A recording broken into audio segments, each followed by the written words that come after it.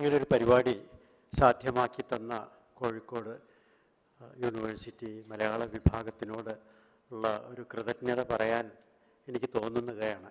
കാരണം വേണുമാഷ് പെട്ടെന്ന് ആകസ്മികമായിട്ട് നമ്മളെ വിട്ട് പിരിഞ്ഞ സമയത്ത് ഒരു ഓൺലൈനായിട്ട് മാത്രമേ ഒരു പരിപാടി ചെയ്യാൻ പറ്റുള്ളൂ. അത് ഒരുപാട് പേര് പങ്കെടുത്തിരുന്നു. അന്ന് അങ്കുരിച്ച ഒരാശയാണ് അദ്ദേഹത്തിൻ്റെ ജന്മദിന വേളയിൽ അദ്ദേഹത്തിനെ ആദരിക്കുന്നൊരു പരിപാടി വേണം. ഞാൻ എപ്പോഴും എൻ്റെ മനസ്സിനോട് പറയുന്നൊരു കാര്യം, ഇത് അനുശോചിക്കുന്നൊരു മീറ്റിംഗ് അല്ല, ഇത് അദ്ദേഹത്തിനെ ആദരിക്കുന്ന ഒരു പരിപാടി ആണ് എന്നാണ് ഞാൻ എൻ്റെ മനസ്സിനെ പറഞ്ഞ് വിശ്വസിപ്പിക്കുന്നത്. അപ്പോൾ വേണു സാറിനെ ആദരിക്കുക എന്ന് പറഞ്ഞാൽ അദ്ദേഹത്തിന് ഇഷ്ടപ്പെട്ട വിഷയങ്ങൾ ആദരിക്കുക എന്നുകൂടി അതിനർത്ഥമാണ്. അദ്ദേഹത്തിൻ്റെ ജീവിതത്തിലെ ഒരു പ്രധാന ഭാഗം, ദൈക്ഷണിക ജീവിതത്തിലെ പ്രധാന ഭാഗം അദ്ദേഹം ചെലവഴിച്ചത് ഭാഷാശാസ്ത്രത്തിന് വേണ്ടിയിട്ടാണ്. ആ ഭാഷാശാസ്ത്രത്തിൻ്റെ വ്യത്യസ്ത മുഖങ്ങളെ പരിചയപ്പെടുത്തുന്ന കുറേ പ്രബന്ധങ്ങൾ മാത്രമാണ്. അത് വളരെ ചുരുങ്ങിയ രീതിയിൽ ആണ് ഇവിടെ അവതരിപ്പിക്കുന്നത്. അതിനു പുറമെ അദ്ദേഹത്തിൻ്റെ ഗണിതശാസ്ത്രം പോലുള്ള വിജ്ഞാന മേഖലകളിലുള്ള അദ്ദേഹത്തിൻ്റെ അഗാധമായ താല്പര്യം കൂടി കണക്കിലെടുത്ത് ചില പ്രബന്ധങ്ങൾ കൂടി ഇതിൽ ഉൾക്കൊള്ളിച്ചിട്ടുണ്ട്. ഞാൻ ദീർഘമായുള്ള ആമുഖം പറയാനുള്ള അവസരമല്ല, അതുകൊണ്ട് സമയം ലാഭിക്കാൻ വേണ്ടി മുൻകൂട്ടി തയ്യാറാക്കിയിട്ടുള്ള ഈ പ്രബന്ധം ഞാൻ കഴിയുന്നത്ര വായിക്കാം. 15 മിനിറ്റ് കഴിഞ്ഞാൽ അധ്യക്ഷനോട് പറയാൻ അപേക്ഷിക്കുന്നു.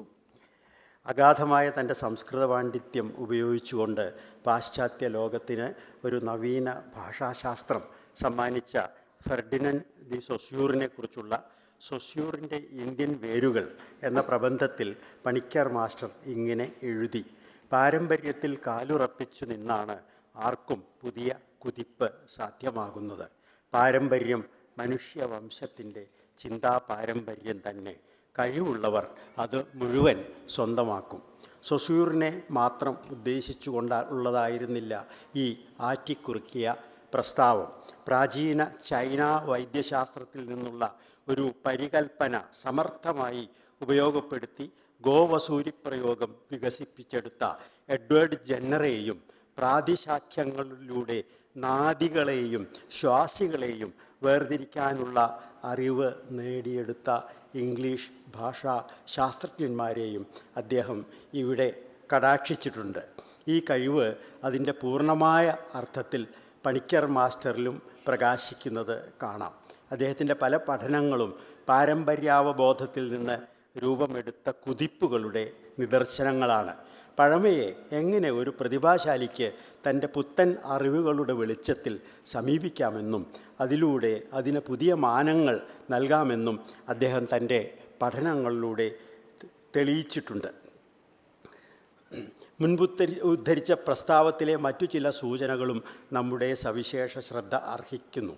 പാരമ്പര്യം ആരുടെയും കുത്തകയല്ലെന്ന സൂചനയിലൂടെ പണിക്കർ മാസ്റ്റർ വ്യക്തമാക്കുന്നത് അത് വിഭാഗീയതയുടെ ബാങ്കിലിട്ട് സൂക്ഷിക്കേണ്ട ഒരു സ്ഥിര നിക്ഷേപമല്ലെന്നും മനുഷ്യരാശിക്ക് ആകമാനം ഉപയോഗിക്കാവുന്ന ഒരു സാംസ്കാരിക വിഭവം ആണ് എന്നുമാണ്.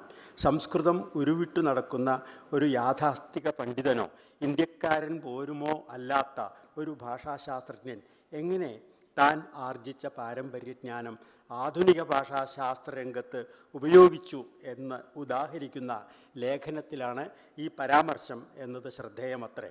ഇതൊക്കെയായാലും തൻ്റെ പരിമിതമായ സംസ്കൃത പരിജ്ഞാനത്തെക്കുറിച്ച് എന്നും ക്ഷമാപണ സ്വരത്തിൽ മാത്രമേ പണിക്കർ മാസ്റ്റർ സംസാരിച്ചിട്ടുള്ളൂ. പാരമ്പര്യ വിജ്ഞാനത്തിൻ്റെ കലവറയായ സംസ്കൃതത്തിൽ തനിക്ക് പ്രാവീണ്യമില്ലെന്ന കാര്യം അദ്ദേഹം എന്നും എടുത്തു പറയുമായിരുന്നു. പക്ഷേ അദ്ദേഹത്തിൻ്റെ സഹജമായ വിനയസ്വഭാവത്തിൽ നിന്ന് പുറത്തു വന്ന ഈ പ്രസ്താവത്തെ അക്ഷരാർത്ഥത്തിൽ എടുക്കേണ്ടതില്ല.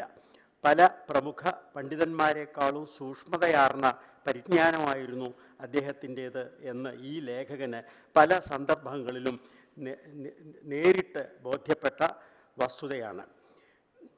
ഔപചാരികമായ സംസ്കൃത പഠനത്തിലൂടെ നേടിയെടുക്കേണ്ടതായി പണിക്കർ മാസ്റ്റർ സങ്കല്പിച്ച വ്യുൽപ്പത്തി അദ്ദേഹം കേവല പ്രതിഭയിലൂടെ ആർജിച്ചിരുന്നു എന്നതാണ് സത്യം. താൻ സംസാരിക്കുന്ന ഭാഷയിലാണ് പാണിനിയും പ്രാതിശാഖ്യകാരന്മാരും ഭർതൃഹരിയുമെല്ലാം സംസാരിക്കുന്നതെന്ന് അദ്ദേഹം തിരിച്ചറിഞ്ഞിരുന്നു. അതിനാൽ അവരോട് സംവദിക്കുക എന്നത് അദ്ദേഹത്തിന് ഒരിക്കലും ഒരു പ്രശ്നമായിരുന്നില്ല. ക്ലാസിക്കൽ പാരമ്പര്യത്തിൽ അടിവേരുകളില്ലാത്ത ആധുനിക ഭാഷാശാസ്ത്ര പാണ്ഡിത്യം നമ്മെ പലപ്പോഴും അബദ്ധധാരണകളിൽ ചെന്ന് ചാടിക്കും എന്ന് പണിക്കർ മാസ്റ്റർ സോദാഹരണം സമർത്ഥിച്ചിരുന്നു. ലീലാതിലകം പോലുള്ള കൃതികളെ വിലയിരുത്തുമ്പോൾ നമ്മുടെ പല പ്രമുഖ പണ്ഡിതന്മാർക്കും പിണഞ്ഞ അബദ്ധങ്ങൾ എടുത്തുകാട്ടിക്കൊണ്ട് അദ്ദേഹം ഇക്കാര്യം സമർത്ഥിച്ചിട്ടുണ്ട്. ഫെർഡിനൻഡ് ഡി സൊസ്യൂറിൻ്റെ ഒരു ശക്തി സ്രോതസ് ഇന്ത്യൻ പാരമ്പര്യത്തിലുള്ള അഗാധ പരിജ്ഞാനമാണെന്ന് അദ്ദേഹം എപ്പോഴും പറഞ്ഞിരുന്നു. ചോംസ്കിയെ പാശ്ചാത്യ ക്ലാസിക്കൽ പാരമ്പര്യത്തിൽ നിഷ്ണാതനായ വ്യക്തിയായാണ് അദ്ദേഹം വിലയിരുത്തിയത്. പിൽക്കാലത്ത് ചോംസ്കി തൻ്റെ പ്രജനക വ്യാകരണത്തിന് പാണിനിയുടെ വ്യാകരണവുമായുള്ള സാമ്യം സൂചിപ്പിച്ചപ്പോൾ തൻ്റെ നിലപാടുകൾ സാധൂരീകരിക്കപ്പെട്ടതിൻ്റെ സന്തോഷത്തിലായിരുന്നു വേണു മാസ്റ്റർ. പാരമ്പര്യവും ആധുനികതയുമായി സമന്വയിപ്പിക്കാനുള്ള സന്നദ്ധതയാണ് തൻ്റെ ആരാധനാപാത്രമായിരുന്ന കേരള പാണിനിയുടെ ഉൾക്കരുത്ത് എന്ന ഉറച്ച വിശ്വാസക്കാരനായിരുന്നു അദ്ദേഹം. ശ്രീകണ്ഠേശ്വരത്തിൻ്റെ ശബ്ദതാരാവലി പോലുള്ള ഒരു അനന്വയം നമുക്കുണ്ടായത് ആ പ്രതിഭാശാലിയുടെ പാരമ്പര്യ നിമിത്തമാണെന്ന് അദ്ദേഹം വിശ്വസിച്ചു. ഈ ശക്തി സ്രോതസ്സിനെ നാം കളഞ്ഞു കുളിച്ചതിൽ അദ്ദേഹം പരിതപിച്ചിരുന്നു. ഈ ജ്ഞാനമണ്ഡലത്തോടുള്ള അദ്ദേഹത്തിൻ്റെ പ്രതികരണങ്ങൾ വിശദമാക്കുന്ന പല രചനകളും നമ്മുടെ സവിശേഷ ശ്രദ്ധയർഹിക്കുന്നു. ഇവയിൽ വേദാംഗമായ ശിക്ഷയെയും അനുബന്ധ സാഹിത്യമായ പ്രാതിശാഖ്യങ്ങളെയും കുറിച്ചുള്ള പ്രൗഢപഠനം, ഫെർഡിനൻഡ് സൊസ്യൂറിൻ്റെ ഇന്ത്യൻ വേരുകളെക്കുറിച്ചുള്ള പ്രബന്ധം, നോം ചോംസ്കിയെക്കുറിച്ചുള്ള തൻ്റെ നിബന്ധത്തിൽ അദ്ദേഹം നടത്തുന്ന താരതമ്യ നിരീക്ഷണങ്ങൾ എന്നിവയാണ് ഏറ്റവും ശ്രദ്ധേയമായവ. പണിക്കർ മാസ്റ്റർ ഏറെ ആകർഷിച്ച ഒരു പ്രാചീന വൈജ്ഞാനിക മേഖല സംസ്കൃതത്തിലെ സ്വനവിജ്ഞാനമായിരുന്നു. വേദങ്ങൾ തെറ്റുകൂടാതെ ഹൃദിസ്ഥമാക്കി വർണ്ണശുദ്ധിയോടെയും കൃത്യമായ സ്വരവ്യവസ്ഥയോടെയും ചൊല്ലാനുള്ള കഴിവ് ഉണ്ടാക്കിയെടുക്കുന്നതിൽ പരമാവധി നിഷ്കർഷിച്ച ഒരു ജനതയായിരുന്നു ഭാരതീയർ. അപശബ്ദോച്ചാരണം കുംഭീപാകമെന്ന നരകത്തിൽ കൊണ്ടെത്തിക്കുമെന്നും മന്ത്രങ്ങൾ തെറ്റിച്ചൊല്ലുന്നത് പ്രയോക്താവിന് വിപരീത ഫലങ്ങൾ ഉളവാക്കുമെന്നുമുള്ള വിശ്വാസമാണ് ഈ നിഷ്കർഷയ്ക്കെല്ലാം നിദാനം. അതെന്തായാലും ഇന്ത്യൻ ഭാഷാശാസ്ത്ര രംഗത്ത് വിശിഷ്യ സ്വനവിജ്ഞാന മേഖലയിൽ വളരെ വിലപ്പെട്ട സംഭാവനകൾ നൽകാൻ ആ നിലപാട് സഹായകരമായി എന്ന വസ്തുത പണിക്കർ മാസ്റ്റർ എടുത്ത് പറയുന്നുണ്ട്. വിറ്റ്നി, സിദ്ധേശ്വർ വർമ്മ, അല്ലൻ ഘോഷ് തുടങ്ങിയ പല ആധുനിക ഭാഷാശാസ്ത്രജ്ഞന്മാരുടെയും പഠനങ്ങളെ സൂക്ഷ്മതയോടെ അവലോകനം ചെയ്തുകൊണ്ടാണ് അദ്ദേഹം ശിക്ഷകളിലെയും പ്രാതിശാഖ്യങ്ങളിലെയും സ്വനനിരീക്ഷണങ്ങളെ വിശകലനം ചെയ്യുന്നത്. വാർപ്പുധാരണകളെ നിരാകരിച്ചുകൊണ്ട് വൈദിക പാരമ്പര്യത്തോട് പ്രാചീനമായ തമിഴ് വ്യാകരണ പാരമ്പര്യത്തിനുള്ള ആധവർണ്യത്തിനെ അദ്ദേഹം അംഗീകരിക്കുന്നുണ്ടെന്നത് ശ്രദ്ധേയമാണ്. തൊൽക്കാപ്യത്തിലെ എഴുത്തധികാരത്തിലുള്ള 102, 103 എന്നീ സൂത്രങ്ങളിൽ വർണ്ണത്തിൻ്റെ ഉച്ചാരണ കാര്യത്തെപ്പറ്റി കൂടുതൽ വിവരണങ്ങൾ വൈദിക സാഹിത്യത്തിൽ പറഞ്ഞിട്ടുണ്ടെന്ന പരാമർശം ഉദ്ധരിച്ചുകൊണ്ടാണ് അദ്ദേഹം ഇക്കാര്യം സമർത്ഥിക്കുന്നത്. മാക്സ് മുള്ളരെയും വിറ്റ്നിയെയും പോലുള്ള 19-ാം നൂറ്റാണ്ടിലെ പണ്ഡിതന്മാർക്ക് ഭാരതീയ സ്വനവിജ്ഞാന ഗ്രന്ഥങ്ങളെ പരിചയപ്പെടുത്തുമ്പോൾ ശരിയായ വിവക്ഷ മനസ്സിലാകാത്ത നിരവധി സന്ദർഭങ്ങൾ ഉണ്ടെന്നും ഈ തെറ്റുകൾ തിരുത്തപ്പെടുന്നത് 20-ാം നൂറ്റാണ്ടിലെ സ്വനവിജ്ഞാനത്തിൻ്റെ പശ്ചാത്തലത്തിൽ മാത്രമാണെന്നും അദ്ദേഹം ചൂണ്ടിക്കാണിക്കുന്നു. വേദപഠനത്തിനെ സുഗമമാക്കാൻ വിഭാവനം ചെയ്യപ്പെട്ട വേദാംഗം എന്ന പദവി ശിക്ഷയ്ക്കാണെങ്കിലും ഇന്നുപലബ്ധമായ ശിക്ഷാഗ്രന്ഥങ്ങൾ പ്രാതിശാഖ്യങ്ങൾക്ക് ശേഷം രചിക്കപ്പെട്ടവയാണെന്ന വസ്തുത പണിക്കർ സാർ എടുത്തു പറയുന്നുണ്ട്. വേദത്തിൻ്റെ ഓരോ ശാഖയിൽ നിന്നും ഉത്ഭവിച്ചവയെന്നതാണ് പ്രാതിശാഖ്യങ്ങളുടെ നൈരുക്തികാർത്ഥം. 2 വിഭാഗങ്ങളിലുണ്ടായ സ്വനവിജ്ഞാന ഗ്രന്ഥങ്ങൾ BC 800 മുതൽ 150 വരെയുള്ള കാലഘട്ടത്തിൽ രചിക്കപ്പെട്ടവയാണ്. ഋഗ്വേദത്തിൻ്റെ ഋഗ് പ്രാതിശാഖ്യം, സാമവേദത്തിൻ്റെ ഋഗ് തന്ത്ര വ്യാകരണം, കൃഷ്ണയജുർവേദത്തിൻ്റെ തൈത്തിരീയ പ്രാതിശാഖ്യം, ശുക്ലയജുർവേദത്തിൻ്റെ വാചസ്പനി പ്രാതിശാഖ്യം, അഥർവവേദത്തിൻ്റെ അഥർവ പ്രാതിശാഖ്യം എന്നീ പ്രാതിശാഖ്യങ്ങളെ മാസ്റ്റർ പരാമർശിക്കുന്നു. ഇവയിലും ശിക്ഷാഗ്രന്ഥങ്ങളിലുള്ള മതഭേദങ്ങൾ നിരീക്ഷണത്തിലുള്ള സൂക്ഷ്മതയിലുള്ള വ്യത്യാസം കൊണ്ട് മാത്രം ഉണ്ടായതാകാൻ വഴിയില്ലെന്ന് അദ്ദേഹം അഭിപ്രായപ്പെടുന്നു. പ്രാദേശിക ഭേദവും പാരമ്പര്യ ഭേദവും കൂടി ഇതിന് കാരണമായിരിക്കാം. പാരമ്പര്യത്തോടുള്ള മാസ്റ്ററുടെ സമീപനം വിമർശനാത്മകവും ത്യാജ്യഗ്രാഹ്യ വിവേചനത്തോടു കൂടിയതുമാണെന്ന് ഇവിടെ എടുത്തു പറയേണ്ടതുണ്ട്. ഉദാഹരണത്തിന് മനുഷ്യ മസ്തിഷ്കം ആശയത്തെ ഭാഷയിൽ ആവിഷ്കരിക്കുന്ന വിധത്തെക്കുറിച്ചുള്ള ഭാരതീയ ഗ്രന്ഥങ്ങളിലെ വിവരണത്തെ അദ്ദേഹം സമീപിക്കുന്നത് നോക്കുക. ആത്മാവിൻ്റെ കരണമാണ് ബുദ്ധി. ആത്മാവ് ബുദ്ധി വഴി ആവിഷ്കരിക്കേണ്ട അർത്ഥമേതെന്നുറപ്പിക്കും. ബുദ്ധി മനസ്സിനെ പ്രേരിപ്പിച്ച് കായാഗ്നികളെ ഇളക്കും. കായാഗ്നിയാണ് വായുവിനെ പ്രവർത്തിപ്പിക്കുന്നത്. വായു ശബ്ദം ജനിപ്പിക്കും. ഈ വിവരണം നാഡീപ്രവർത്തനങ്ങളെക്കുറിച്ചുള്ള പ്രാചീന ഭാരതീയരുടെ അവ്യക്ത ധാരണകൾ നിമിത്തമാണ് ഉണ്ടായതെന്ന് പറയാൻ അദ്ദേഹം മടി കാണിക്കുന്നില്ല. ഞാൻ വളരെ വിശദമായ തലങ്ങളിലേക്ക് പോകുന്നില്ല. പാണിനി തൻ്റെ വ്യാകരണത്തിൽ സ്വനവിചിന്തനം ചർച്ചയ്ക്കെടുക്കുന്നുണ്ടെങ്കിലും പൊതുവെ സ്വനോച്ചാരണത്തിൻ്റെ അതിസൂക്ഷ്മ തലങ്ങളിലേക്ക് ഇറങ്ങിച്ചെല്ലുന്നത് പ്രാതിശാഖ്യ ഗ്രന്ഥങ്ങളാണെന്നാണ് പണിക്കർ മാസ്റ്ററുടെ സുചിന്തിതാഭിപ്രായം. ഇത് ശരിയാണ് താനും. കാരണം ശബ്ദ ഉച്ചാരണ പരിശീലനമല്ല പാണിനിയുടെ ലക്ഷ്യം, പദനിഷ്പാദനമാണ്. പ്രക്രിയയ്ക്ക് ആവശ്യമായ സ്വനചർച്ചയ്ക്ക് പാണിനി മുതിർന്നിട്ടുള്ളൂ. വർണ്ണങ്ങളുടെ സാദൃശ്യം സൂചിപ്പിക്കുന്ന സവർണമെന്ന സങ്കല്പത്തെ വിവരിക്കാൻ അദ്ദേഹം ഉച്ചാരണ സ്ഥാനങ്ങളെയും പ്രയത്നങ്ങളെയും കുറിച്ചുള്ള സങ്കല്പങ്ങൾ ഉപജീവിക്കുന്നു. സവർണം ഹോമോർഗാനിക് എന്നതിന് തുല്യമായ സാങ്കേതിക പദമാണെന്ന് പണിക്കർ മാസ്റ്റർ സൂചിപ്പിക്കുന്നു. തുല്യാസ്യ പ്രയത്നം സവർണം എന്ന പാണിനി സൂത്രം സൂചിപ്പിക്കുന്നത് സ്ഥാനപ്രയത്നങ്ങളുടെ സാമ്യമാണ്. വർണ്ണങ്ങളെ പരസ്പരം വ്യാവർത്തിക്കുന്ന 5 മാനദണ്ഡങ്ങൾ തൈത്തിരീയ പ്രാതിശാഖ്യം എടുത്തു പറയുന്നു. അവ അനുപ്രധാനം, സംസർഗം, സ്ഥാനം, കരണവിന്യയം, പരിമാണം എന്നിവയത്രേ. വർണ്ണവ്യാവൃത്തിക്ക് അടിസ്ഥാനമായ ഈ മാനദണ്ഡങ്ങൾ ആധുനിക സ്വനവിജ്ഞാനത്തിലെ ഡിസ്റ്റിങ്റ്റീവ് ഫീച്ചേഴ്സ് തന്നെയാണെന്നും തികച്ചും ആധുനികമാണ് പ്രാതിശാഖ്യങ്ങളുടെ വീക്ഷണഗതിയെന്നും പണിക്കർ മാസ്റ്റർ വ്യക്തമാക്കുന്നു. വർണ്ണങ്ങളിൽ ശ്വാസിനാദി ഭേദം ജനിപ്പിക്കുന്നത് അനുപ്രധാനമാണ്. കണ്ഠബലത്തിന് മുകളിലുള്ള മാംസപാളികളിൽ ആണ് നാദം ജനിപ്പിക്കുന്നത്.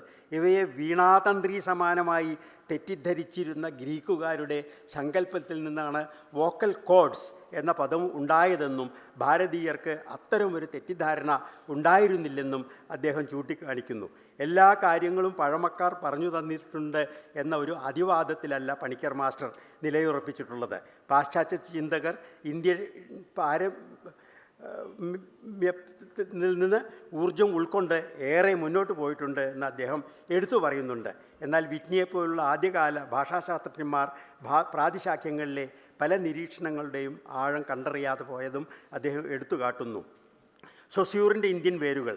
ഫെർഡിനൻഡ് ഡി സൊസ്യൂർ പ്രോദ്ഘാടനം ചെയ്ത ഘടനാവാദത്തിൻ്റെ കിഴക്കൻ വേരുകൾ ഉണ്ടെന്നാണ് മാസ്റ്ററുടെ മറ്റൊരു പ്രധാനപ്പെട്ട കണ്ടെത്തൽ. സൊസ്യൂറിൻ്റെ ഭാഷാശാസ്ത്രത്തെ ചില പരികൽപ്പനകൾ ബൗദ്ധദർശനത്തിലെ അപോഹവാദവുമായുള്ള സാദൃശ്യം ഡോക്ടർ കുഞ്ചുണ്ണി രാജ പണ്ടേ ചൂണ്ടിക്കാണിച്ചതാണ്. പണിക്കർ മാസ്റ്റർ ഇതിനപ്പുറം ബഹുദൂരം സഞ്ചരിച്ചിട്ടുണ്ട്. സൊസ്യൂറിൻ്റെ ഘടനാവാദത്തിൻ്റെ 4 വിപരീത ദ്വന്ദ്ങ്ങളായി അദ്ദേഹം സംഗ്രഹിക്കുന്നു. ഏകകാലിക പഠനം, ബഹുകാലിക പഠനം, ഭാഷ, ഭാഷണം, സൂചകം, സൂചിതം, ലംബതല വിന്യാസം, തിരശ്ചീന തല വിന്യാസം എന്നിങ്ങനെ ഈ വിരുദ്ധ ദ്വന്ദ്ങ്ങളെ അവതരിപ്പിക്കാം.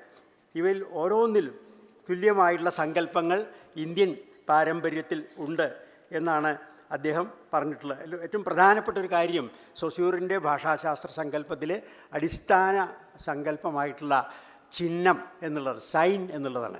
ഈ സൈൻ എന്നുള്ള സങ്കല്പത്തിനെ സൊസ്യൂർ അവതരിപ്പിക്കുന്നത് ജാനുസ് എന്നുള്ള ഗ്രീക്ക് ദേവതയുടെ ഒരു സങ്കല്പമായിട്ട് ബന്ധപ്പെടുത്തിക്കൊണ്ടാണ്. 2 മുഖങ്ങളുള്ളൊരു ദേവതയാണ് ജാനുസ്. അതുപോലെ തന്നെയാണ് സൈൻ എന്നുള്ള സങ്കല്പം. അതിന് 2 മുഖങ്ങളുണ്ട്. ഒന്ന് ബാഹ്യമായ ഒരു വസ്തുവിനെ സൂചിപ്പിക്കുന്നു, മറ്റേത് ആന്തരികമായിട്ടുള്ള ഒരു ആശയത്തിനെ സൂചിപ്പിക്കുന്നു. ഇതേ സങ്കല്പം ഇന്ത്യൻ സാഹചര്യത്തിൽ ശബ്ദാർത്ഥങ്ങളെക്കുറിച്ചിട്ടുള്ള ഒരു സങ്കല്പത്തിൽ ഉണ്ടായിട്ടുള്ളതാണ് എന്ന് പണിക്കർ മാസ്റ്റർ വ്യക്തമായി സൂചിപ്പിക്കുന്നുണ്ട്. മാത്രമല്ല ഈ ഭാഷാശാസ്ത്രത്തിനെ എല്ലാ സാംസ്കാരിക പഠനത്തിനുള്ളൊരു മാതൃകയായിട്ട് സൊസ്യൂർ സങ്കല്പിച്ചിട്ടുണ്ട്. ഇതിനെ പണിക്കർ മാസ്റ്റർ ആനന്ദവർദ്ധനൻ്റെ ഒരു സങ്കല്പമായിട്ട് ബന്ധിപ്പിക്കുന്നുണ്ട്. ആനന്ദവർദ്ധനൻ പറയുന്നത് പ്രഥമേഹി വിദ്വാംസോ വൈയാകരണാഹ വ്യാകരണ മൂലത്വൽ സർവ്വവിദ്യാനാം എന്ന് അദ്ദേഹം പറഞ്ഞു. എല്ലാ അറിവുകളുടെയും അടിത്തറ വ്യാകരണമാണ് എന്നുള്ള ആനന്ദവർദ്ധൻ്റെ സങ്കല്പവും എല്ലാ അറിവുകളെയും വ്യാകരിക്കാൻ നമുക്ക് ഭാഷാശാസ്ത്രം പര്യാപ്തമാണെന്നുള്ള സൊസ്യൂറിൻ്റെ സങ്കല്പം തമ്മിലുള്ള സാദൃശ്യം അദ്ദേഹം പറയുന്നുണ്ട്. പിന്നീട് ഒരു കാര്യം കൂടി പറഞ്ഞ് അവസാനിപ്പിക്കാം. ഈ ഭർതൃഹരി വാക്യപദീയത്തിൽ പറയുന്നുണ്ട്, വസന്തകാലത്ത് കുയിലിന് സ്വരവികാരം വരുത്തുന്നത് ആര്? ജന്തുക്കൾക്കും പക്ഷികൾക്കും കൂടുണ്ടാക്കാൻ ആര് പറഞ്ഞു കൊടുത്തിട്ടാണ്? വാക്യപദീയം 2, 151, 152. അപ്പോൾ ഇത് എങ്ങനെ ചോംസ്കി ഇതേ കാര്യം പറയുന്നു എന്നുള്ള അദ്ദേഹം ഒരു ഉദ്ധരണിയിലൂടെ വ്യക്തമാക്കുന്നു. Humans are somehow specifically adapted to acquire grammar as they are adapted to walk and not to fly.